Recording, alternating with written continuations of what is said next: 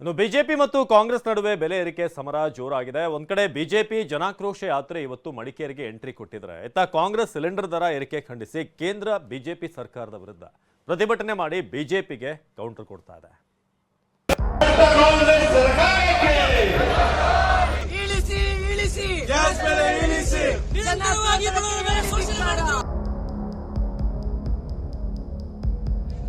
ದರ ಏರಿಕೆ ವಿರುದ್ಧ ಬಿಜೆಪಿ ಸಮರಾಗ್ನಿ, ಸಿಲಿಂಡರ್ ಹಿಡಿದು ಕಾಂಗ್ರೆಸ್ ರೋಷಾಗ್ನಿ, ಪೋಸ್ಟರ್ ಅಂಟಿಸಿ ದಳಪತಿಗಳ ದಂಗಲ್. ರಾಜ್ಯದಲ್ಲಿ ಜನಸಾಮಾನ್ಯ ಜೇಬು ಖಾಲಿ ಮಾಡ್ತಿರೋ ದರ ಏರಿಕೆಯನ್ನ ಅಸ್ತ್ರ ಮಾಡಿಕೊಂಡಿರೋ ರಾಜಕೀಯ ಪಕ್ಷಗಳು ಪರಸ್ಪರ ಪ್ರತಿಭಟನೆಗಿಳಿದಿವೆ.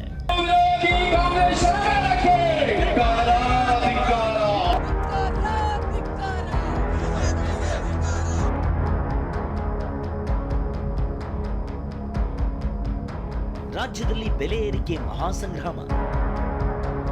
ಬಿಜೆಪಿ ಕಾಂಗ್ರೆಸ್ ಮಧ್ಯೆ ಪ್ರತಿಭಟನೆ ವರ್ಸಸ್ ಪ್ರತಿಭಟನೆ. ರಾಜ್ಯ ಕಾಂಗ್ರೆಸ್ ಸರ್ಕಾರದ ವಿರುದ್ಧ ಜನಾಕ್ರೋಶ ಯಾತ್ರೆ ನಡೆಸುತ್ತಿರುವ ಬಿಜೆಪಿ ನಾಯಕರು ಇವತ್ತು ಮಡಿಕೇರಿ ಮತ್ತು ಮಂಗಳೂರಿನಲ್ಲಿ ಅಬ್ಬರಿಸಿದ್ದಾರೆ. ಸರ್ಕಾರದ ವಿರುದ್ಧ ಪ್ರತಿಭಟನೆ ನಡೆಸಿ ಆಕ್ರೋಶ ಹೊರಹಾಕಿದ್ದಾರೆ. ಸಿಎಂ ವಿರುದ್ಧ ವಾಗ್ದಾಳಿ ನಡೆಸಿದ್ದಾರೆ. ನರಹಂತಕ ಹುಲಿಯ ಕಥೆಯನ್ನ ಕೇಳಿದ್ದೇವೆ, ನರಹಂತಕ ಸಿಂಹದ ಕಥೆಯನ್ನ ಕೇಳಿದ್ದೇವೆ, ನರಹಂತಕ ಚಿರತೆಯ ಕಥೆಯನ್ನ ಕೇಳಿದ್ದೇವೆ. ಆದರೆ ಈ ದೇಶದಲ್ಲಿ ನರಹಂತಕ ಮುಖ್ಯಮಂತ್ರಿ ಇದ್ರೆ ಅದು ಕರ್ನಾಟಕದ ಸಿದ್ದರಾಮಣ್ಣ. ಬಡವರ ಮೇಲೆ ಈ ಜಿಗಣೆಗಳ ರೀತಿ ನಮ್ಮ ಕೊಡಗಲ್ಲಿ ಇದೆಯಲ್ಲ ಏನದು ಜಿಗಣೆ, ಆ ಜಿಗಣೆಗಳ ರೀತಿ ರಕ್ತ ಹೀರುವಂತ ಒಂದು ರಕ್ತಾಸುರ ಸಿದ್ದರಾಮಯ್ಯ, ರಕ್ತ ಹೀರುವಂತ ರಕ್ತಾಸುರ. ಹಾಲಿನ ದರ ಜಾಸ್ತಿ ಮಾಡಿದ್ರು.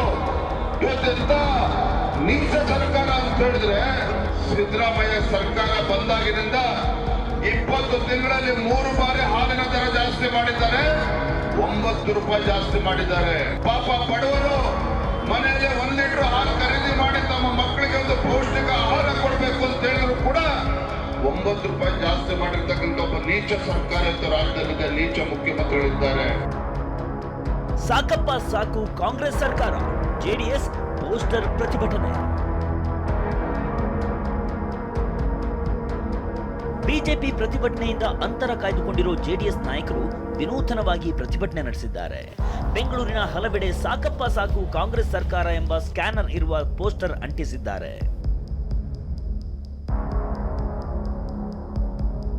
ಬಿಜೆಪಿ ಪ್ರತಿಭಟನೆಗೆ ಕಾಂಗ್ರೆಸ್ ಸಿಲಿಂಡರ್ ಕೌಂಟರ್. ಬಿಜೆಪಿ ಪ್ರತಿಭಟನೆಗೆ ಕೌಂಟರ್ ಆಗಿ ಪ್ರತಿಭಟನೆಗಿಳಿದಿರೋ ಕಾಂಗ್ರೆಸ್ ಸಿಲಿಂಡರ್ ದರ ಏರಿಕೆಯನ್ನ ಪ್ರತ್ಯಾಸ್ತ್ರ ಮಾಡಿಕೊಂಡಿದೆ. ಇವತ್ತು ಕೂಡ ಬೆಂಗಳೂರಿನ ಮಲ್ಲೇಶ್ವರಂನಲ್ಲಿರೋ ಬಿಜೆಪಿ ಕಚೇರಿಯಲ್ಲಿ ಧರಣಿ ನಡೆಸಿದ್ದಾರೆ. ಜಿಲ್ಲೆಗಳಲ್ಲೂ ಅಬ್ಬರಿಸಿದ್ದಾರೆ.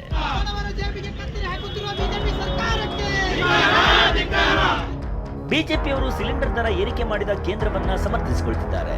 ರಾಜ್ಯ ಸರ್ಕಾರವು ನಾವೇನು ಬೆಲೆ ಏರಿಸಿಲ್ಲ ಅಂತ ಹೇಳ್ತಿದ್ದಾರೆ. ಸಾಮಾನ್ಯ ಜನರು ಜೇಬಿಗೆ ಕತ್ತರಿ ಬೀಳ್ತಿದ್ದು ಹೇಗಪ್ಪ ಬದುಕೋದು ಅಂತ ಚಿಂತೆಗೀಡಾಗಿದ್ದಾರೆ. Bureau report, ಟಿವಿ9.